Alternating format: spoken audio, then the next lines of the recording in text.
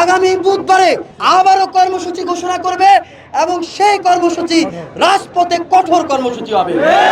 সেই কর্মসূচি পুরান ঢাকা অচল করার মতো কর্মসূচি হতে পারে। 150 বছরেও কেন কবি নজরুল সরকারি কলেজের সমস্যাগুলো সমাধান হয়নি, এর জবাব সরকারকে দিতে হবে, এর জবাব প্রশাসনকে দিতে হবে। আমরা পরিষ্কার ভাষায় 7টি দাবি ঘোষণা করেছিলাম। আপনারা জানেন যে কবি নজরুল সরকারি কলেজের একটি ছাত্রাবাস আছে, যেই ছাত্রাবাসের পরিবেশ এতটাই খারাপ, ওইখানে আমি নিজেরও ইনজুরিও শিকার হয়েছি এবং অনেক শিক্ষার্থী সেখানে ইতিমধ্যে আহত হয়েছে। সেটা সম্পূর্ণভাবে থাকার অনুপযোগী। আমাদের এই একমাত্র ছাত্রাবাস শামসুল আলম ছাত্রাবাসকে অবিলম্বে সংস্কার করতে হবে। এই ছাত্রাবাসকে ভেঙে এখানে বহুতল ভবন নির্মাণ করতে হবে। আমাদের ছাত্রী এবং ছাত্রদের জন্য আলাদা আলাদা নতুন হল নির্মাণ করতে হবে। প্রিয় নেতৃবৃন্দ, আমরা বলেছি আমাদের 18,000 শিক্ষার্থীর জন্য কোনো পরিবহন নাই।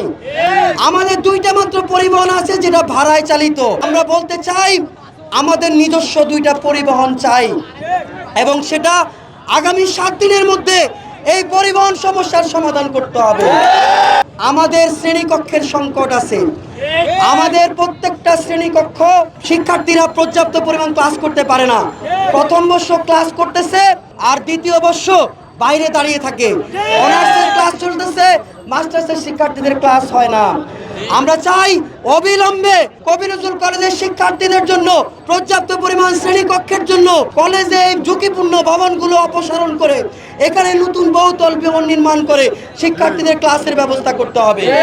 সকল ঝুঁকিপূর্ণ ভবন অপসারণ করতে হবে এবং এখানে শিক্ষার্থীদের ক্লাসরুমের ব্যবস্থা করতে হবে। আমাদের কলেজে পর্যাপ্ত পরিমাণ শিক্ষক নাই। এক একটা ডিপার্টমেন্টের শিক্ষক লাগে 10 জন 12 জন, সেখানে মাত্র 3 জন 4 জন দিয়ে আমাদের ক্লাস চলছে, যেটা আমাদের শিক্ষার্থীদের জন্য খুবই দুর্ভাগ্যজনক। আমরা বলতে চাই অবিলম্বে প্রত্যেকটা ডিপার্টমেন্টে আমাদের শিক্ষক নিয়োগ দিতে হবে। কবি নজরুল সরকারি কলেজের যে জায়গা রয়েছে, এই জায়গায় আমাদের জন্য পর্যাপ্ত না। আমরা বলেছি আমাদের ক্যাম্পাসকে সম্প্রসারণ করতে হবে। ক্যাম্পাসের মধ্যে আমাদের ছাত্রীবন্ধুদের জন্য, ছাত্রদের জন্য পর্যাপ্ত পরিমাণ ওয়াশরুম নেই। আমাদের ক্যাম্পাসে খেলার মাঠ নেই ভালো একটা। আমাদের ক্যাম্পাসে এরকম নানা যে সমস্যাগুলো আছে, সকল সমস্যাগুলো চিহ্নিত করে দ্রুত সময়ের মধ্যে এই সমস্যাগুলো সমাধান করতে হবে। আমাদের আধুনিক লাইব্রেরি নাই, আমাদের আধুনিক লাইব্রেরি দিতে হবে। আমাদের মানসম্মত ক্যান্টিন নেই, আমাদের মানসম্মত ক্যান্টিন দিতে হবে। শিক্ষার্থীবৃন্দ, তীব্র গরমের মধ্যে আপনারা এখানে বসে আছেন শুধুমাত্র আপনাদের অধিকার আদায়ের জন্য। আমরা প্রশাসনকে বলতে চাই, আমরা শিক্ষা অধিদপ্তরকে বলতে চাই, আমরা সরকার প্রধানকে বলতে চাই, কবি নজরুল কলেজের শিক্ষার্থীরা সুশৃঙ্খল শিক্ষার্থী। আমরা রাস্তায় নামতে পছন্দ করি না, আমরা ক্লাসে থাকতে পছন্দ করি, আমরা পরীক্ষা দিতে পছন্দ করি। কিন্তু ক্লাস পরীক্ষা দিয়ে যদি আমাদেরকে বারবার রাস্তায় নামতে বাধ্য করেন, সেই রাস্তায় নামলে কিন্তু পুরান ঢাকা অচল হয়ে যাবে।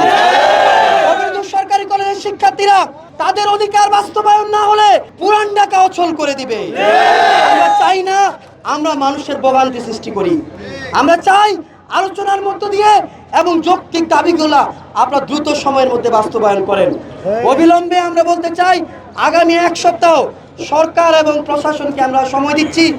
1 সপ্তাহের মধ্যে আপনারা আমাদের এই দাবিগুলো নিয়ে আমাদের কলেজ প্রশাসন এবং আমাদের নেতৃবৃন্দের সঙ্গে বসবেন, আলোচনা করবেন এবং এর একটা সমাধান দিবেন।